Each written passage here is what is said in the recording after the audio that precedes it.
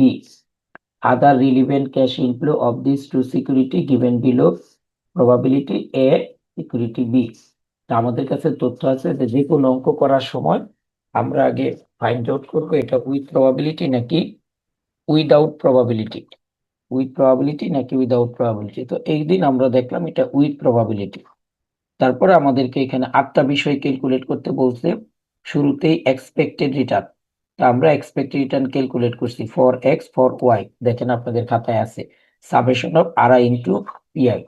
তারপরে আমরা standard deviation calculate করছি for security X for security Y, standard deviation. আচ্ছা, এরপর আমরা সিবি ক্যালকুলেট করছি for security X for security Y. তাই না? আমরা গত এই পর্যন্ত আলাপ করছি না, বলেন তো 3 পর্যন্ত? জি স্যার, 3 আচ্ছা, পর্যন্ত করা হয়েছে। আজকে আমরা আলাপ করব কোভিরিয়েন্স।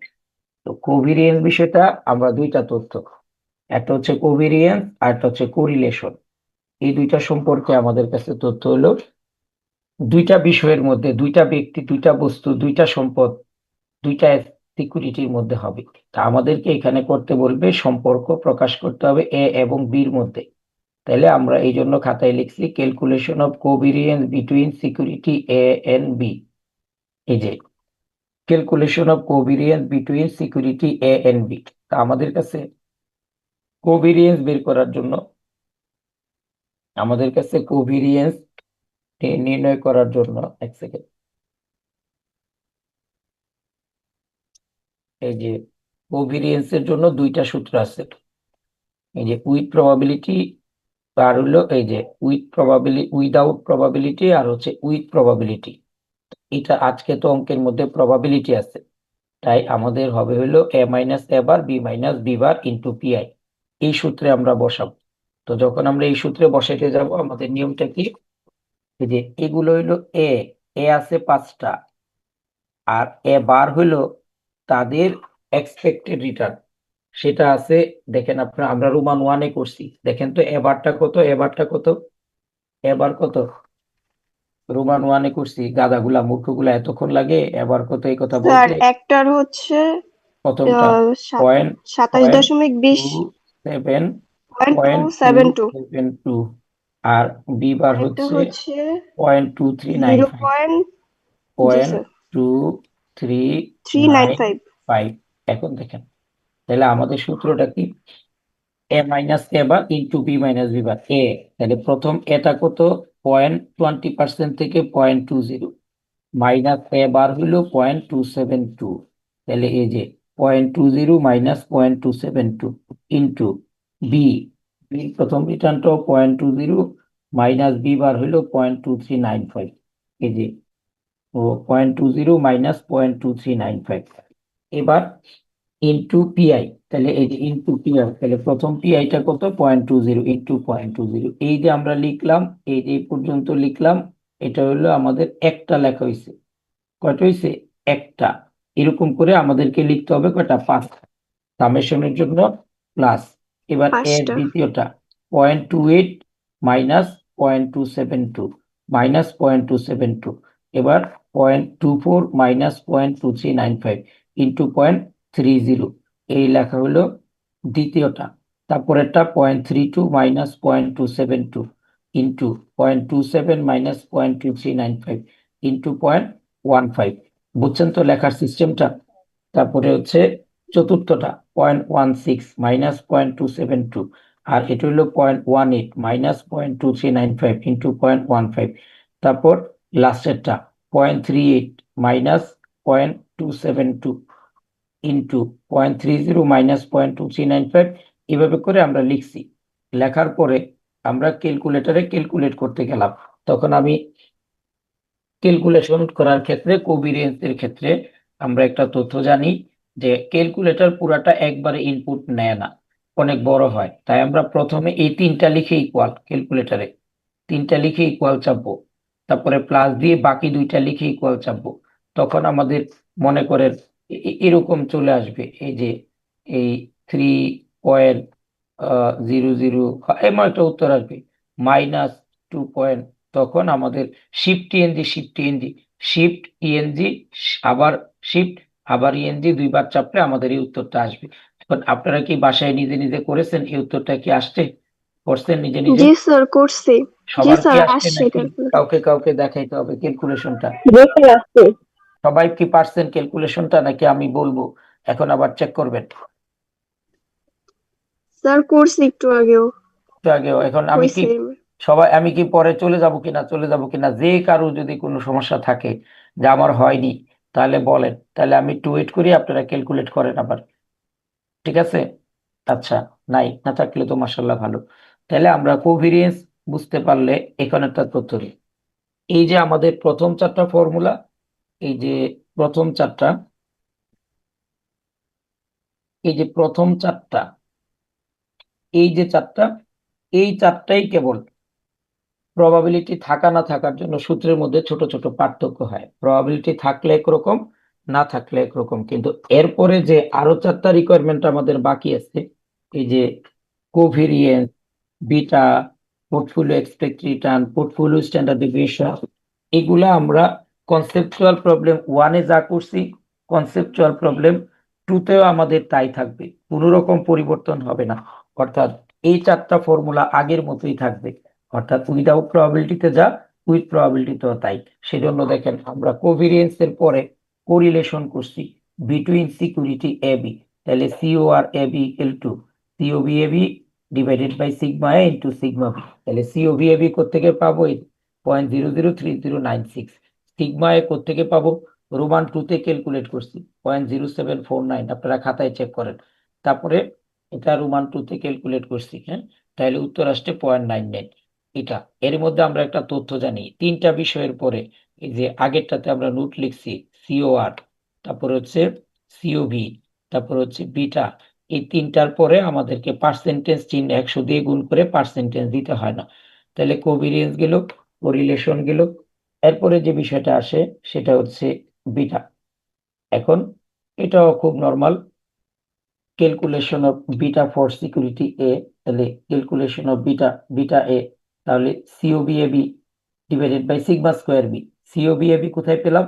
এই যে রোমান 4-এ ক্যালকুলেট করছি 0.003096, রোমান 4-এ ক্যালকুলেট করা, divided by sigma square B. আমাদের কাছে সিগমা রোমান 2-তে ক্যালকুলেট করছি সিগমা বি 0.0414, সেটাকে স্কোয়ার করে 1.8। শেষ। পরবর্তী requirement portfolio expected return. Portfolio expected return, তাহলে পোর্টফোলিও এক্সপেক্ট রিটার্ন, পোর্টফোলিও ব্যাপারটা কি? আমরা কয় জায়গায় ইনভেস্ট করছি, সেখানে দুইটা মিলে আমার আয় কত। তাহলে দেখেন এখানে বলছে XYZ company has টাকা 10 lakh to invest. There are two alternative investment proposal, security A and security B. The company decide to invest টাকা 5 লাখ in security A. টাকা ছিল তার কাছে 10 লাখ, এতে রাখছে 5 লাখ, ইনভেস্ট করছে 5 লাখ, রিমেইনিং তাহলে বাকি 5 লাখ বিতে। এখান থেকে আমাদেরকে বের করতে হবে সে তার মোট টাকা কোথায় কত পার্সেন্ট বিনিয়োগ করছে। এটা দেখাই যায় 50-50, সেটা আমরা বের করছি। Calculation of portfolio expected return,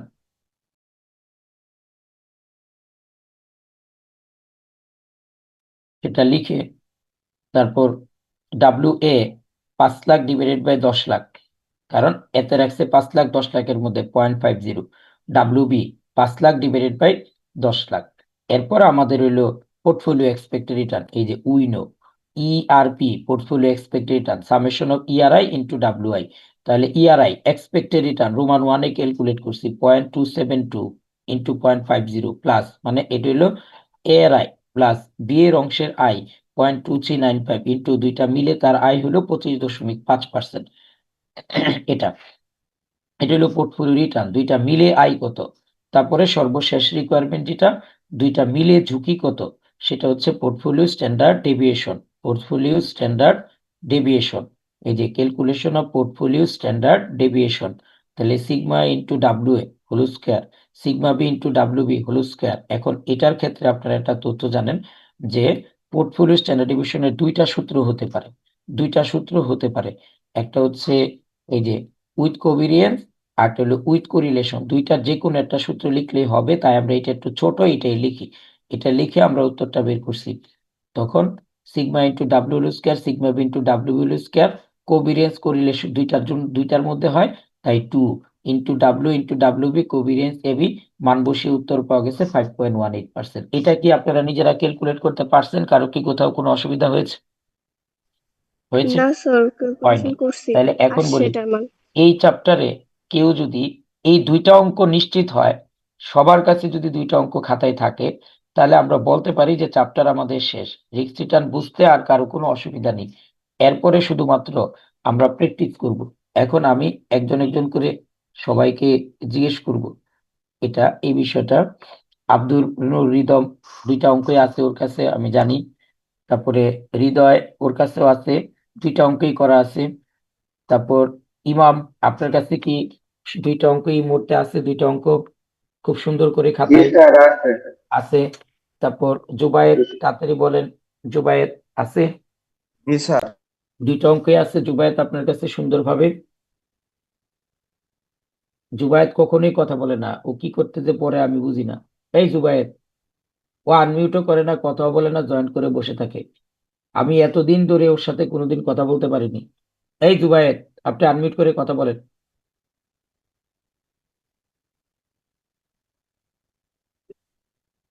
আপনি না ক্লাস করতে ক্যাপাবল না হলে বাদ দিয়ে দিয়েন, আপনার যদি কোনো সমস্যা থাকে। এভাবে তো আপনি শিখতে পারবেন না। মায়েশা, তাড়াতাড়ি বলেন। জি স্যার। এমন না মাঝে মাঝে খামসায় একটু একটু টুকটাক ক্লাস করলে হবে, সামনে পরীক্ষা। তারপরে নুসরাত মিতু বলেন। নুসরাত মিতু কথা বলে না। জি আরে, স্যার। জি স্যার, তারপরে আমার প্রীতি, দুইটাই করা আছে। প্রীতি কোনো ক্লাস মিস আছে? দুইটা অঙ্ক ক্লিয়ার আছে? তাড়াতাড়ি বলেন প্রীতি। জি স্যার। আচ্ছা, প্রীতি আছে। রোজা? জি স্যার, আমার কাছে দুইটাই আছে। দুইটাই আছে মানে আপনি শিখছেন, তাই তো? জি স্যার। ওকে। তারপর আর বাকি কে আছে? জুবায়েত, নুসরাত, প্রীতি, রোজা, তারপরে সাবরিন, হ্যাপি হ্যাপি হ্যাপি, তাড়াতাড়ি বলেন। জি স্যার, দুইটাই আছে। সামিরা, তাড়াতাড়ি বলেন। জি স্যার, করছি। আপনি সবগুলা ক্লাস করছেন? ওকে। জি মানে এই দুইটা অঙ্কে আর কারো কোনো অসুবিধা নেই। তাহলে সৈকত, সৈকত বলেন। স্যার আমি বুঝতে পারছি স্যার, কিন্তু একটু সমস্যা হচ্ছে, আমি প্রথম দিন ক্লাস করিনি তো ওই সূত্রগুলো একটু মিলাতে প্রবলেম হচ্ছে। আপনার কোনোদিনও সমস্যা সমাধান হবে না। আপনি প্রত্যেকটার মধ্যে একটা সমস্যা বাধায় রাখেন। এই সুমাইয়া, তাড়াতাড়ি বলেন। জি স্যার, আমার কাছে আছে দুইটাই করা। ক্লাস করছেন সবগুলা? জি স্যার, সবগুলাই করছি। ওকে। নুসরাত, মিতু, জুবায়ের, ইমাম, মায়েশা, তারপরে সাবরিন, সাবরিন, তাড়াতাড়ি বলেন। জি স্যার, দুইটাই আছে স্যার। আপনি সব পারেন মানে দুই মানে রিসিটারটা আপনি বুঝছেন? দুই ধরনের জি প্রশ্ন দিয়ে পারেন, উইথ প্রবাবিলিটি উইদাউট প্রবাবিলিটি। তারপর জি। সুরাইয়া, সুরাইয়া বলেন। জি স্যার, করছি, এর মধ্যেই আছে স্যার। সামিরা, সামিরা, হঠাৎ করে 18 জন হয়েছিল, তাই ওই 3 প্রতিবন্ধীকে ওরা গেছে কই?